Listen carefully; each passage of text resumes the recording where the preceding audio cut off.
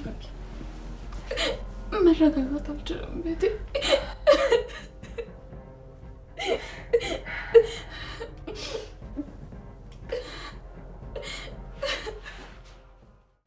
ሰላም ጤና ይስጥልኝ ወደ ተከበራችሁ ቻናሌ ቤተሰቦች፣ ዛሬ ደግሞ በእንግዳ ዩቲዩብ ቻናል በኩል መጥቻለሁ ማለት ነው።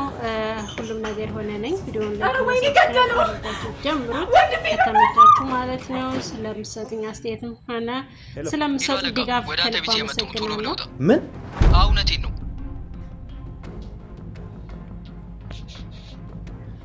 ወይ ጣጣ? ምን አውቅ ደግሞ ምን ልትል ነው? ነይ ሄለን፣ ነይ ቶሎ እንውጣ። ኧረ እባክህ ወዴትም አልሄድም። ስራ ውድ ተከበራችሁ የሁሉም ነገር ዩቲዩብ ቻናል ተከታታዮች በያላችሁበት ሰላማችሁ ብዝት ይበልልኝ። እንግዲህ ተጠፋፍተናል ማለት ነው፣ በጣም ማለት ነው። ከ4 ቀን አካባቢ ሆኛል ይመስለኛል። 4 ቀን ሙሉ በእንግዳ በኩል አልመጣሁም ማለት ነው። በእንግዳ በኩል ብቻ ነው፣ በሁሉ ቦታ አልተገኘሁም። በያላችሁበት ሰላማችሁ ብዝት ይበልልኝ። እንግዲህ በእንግዳ ቻናል ላይ ምን ተፈጥሮ ነው? እንግዳ ለምንድን ነው የማይለቀቀው? ሀረግ ይበቃል፣ እንግዳ ይለቀቅልን የሚል ብዙ ኮሜንት እያየን ነበረ ማለት ነው። ውድ የተከበራችሁ ቻናላችን ፋሚሊዎች እንወዳችኋለን፣ እናከብራችኋለን። ቃላችሁንም እንደምንሰማ ሁሉንም ነገር ያልነውን ቃል የሚፈጽሙ የተመኘነውን ህይወት አግኝተናል። ቻናል ተከታታዮች ቃል አክባሪና ድምጽ ለሱ ደግሞ ተመስገን ነው።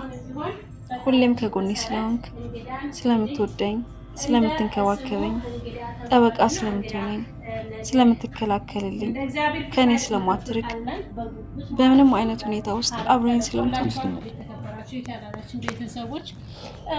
እና እንዴትም ብለን እነሱ ማሳመን ከቻልን ከኛ ጎን ከቆሙ በጣም ትልቅ ነገር ነው።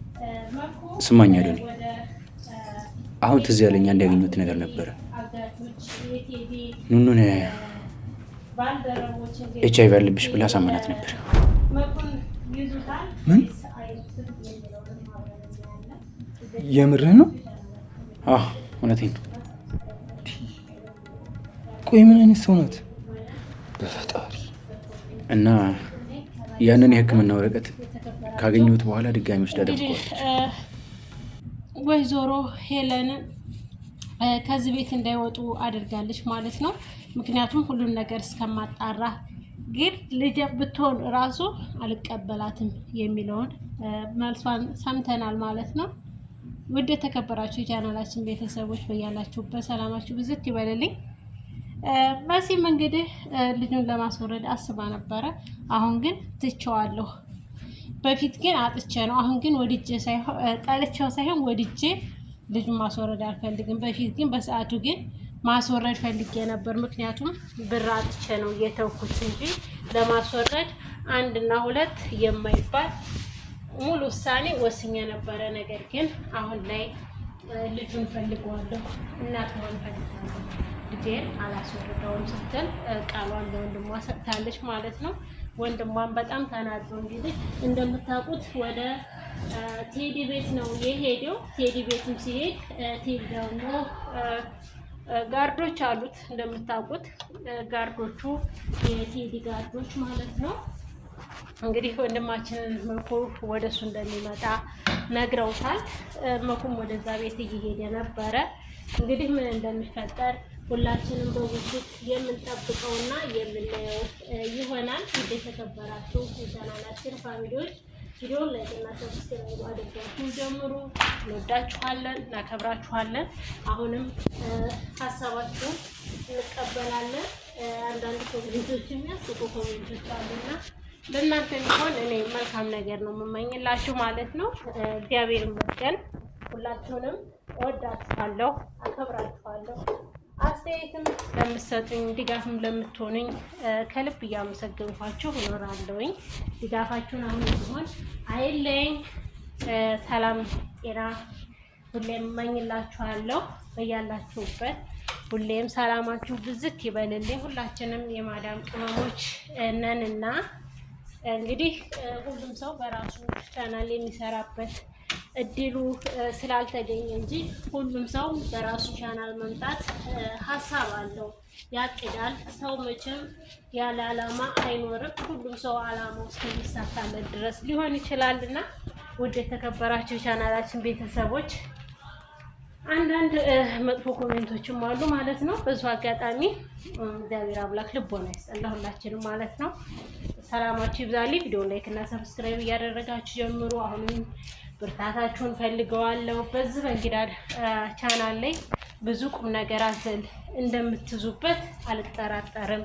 ብዙ ነገሮችን እንደምትማሩበት ተስፋ አለኝ ማለት ነው። ምክንያቱም በራሳችን ላይ የሚደርሰውን ስራ የሚደርሰውን ችግር ነው በእንግዳ ድራማ ላይ የማየው። በራሴ ህይወት የገጠመኝንም ጭምር ተምሬበታለሁ ማለት ነው። ያመኑት ሰው የራስ ሰው ምን ያክል እንደሚከዳ አይቼበታለሁኝ ማለት ነው። እግዚአብሔር ነው የምላችሁ። በእንግዳ ቻናል ላይ የራሳችሁን ህይወት ልታገኙት ትችላላችሁ። በራሳችሁ ህይወት ላይ እየደረሰ ሊሆን ይችላልና ከነስሙም እንግዳ ተብሏልና ብዙ ነገሮችን ተስፋ አደርጋለሁኝ እንደምትማሩበት። እኔ ተምሬበታለሁ ብዬ ነው ለእናንተ ቪዲዮ የምሰራላችሁ። እንግዲህ የሰው ልጅ ድህነቱን መቼ ቢሆን አይጠላውም። ዋናው በሰው ልጅ ፍቅር ነው፣ ጤና ነው ማለት ነው። እንግዲህ መሲ እህቷ የሻሌ እንደሆነች አውቃለች። ንኑሻም ቤተሰቦቿ እና ወይዘሮ ሄለን እንደሆኑ አውቃለች። ነገር ግን በድህነቷ አላፈረችም። ገንዘብ አይተሽ ነው ብር አይተሽ ነው እባላለሁ ምናምን አላለች። ያለችው ምንድን ነው? እህቴ መሲ ናት፣ ወንድሜ መኩ ነው፣ ሌላ ነገር ምንም አልፈልግም። እናቴም እናቴ ናት፣ አይንዬ ከአይንዬ ውጭ እናቴ የለኝም በማለት ሀሳቧን ሰጥታለች ማለት ነው። በእርግጥ አንዳንድ ሀሳብ ከወይዘሮ ሄለን የወጡ ሀሳቦች ምንድን ናቸው? ልጄን ብትሆን አልቀበላትም፣ ልጄ ኤልፉ ናት፣ ከኤልፉ ውጭ ልጅ የለኝም ብላለች እና እንመርመር ብላታለች ኤልፉን። ንኑሻ ግን አልሄድም ያለቻት እንግዲህ ሄዳ ያንን የዲኤንኤ ወረቀት ይዘት ስትመጣ ምን ይሰማታል? እንግዲህ ልጇ እንደሆነች ስታውቅ ወይዘሮ ሄለን በልጇ ላይ ብዙ ነገሮችን አድርጋለች። በኤችአይቪ ኤድስ ራሱ ለመመረዝ ፈልጋ ነበረ።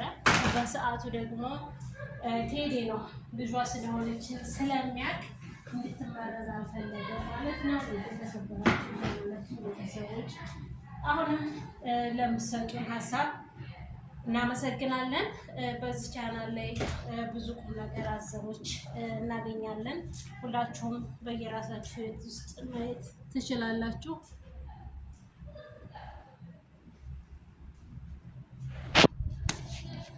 መኩ ምንም መሆን የለበትም። መኩ በሰላም ወደ ቤቱ መመለስ አለበት።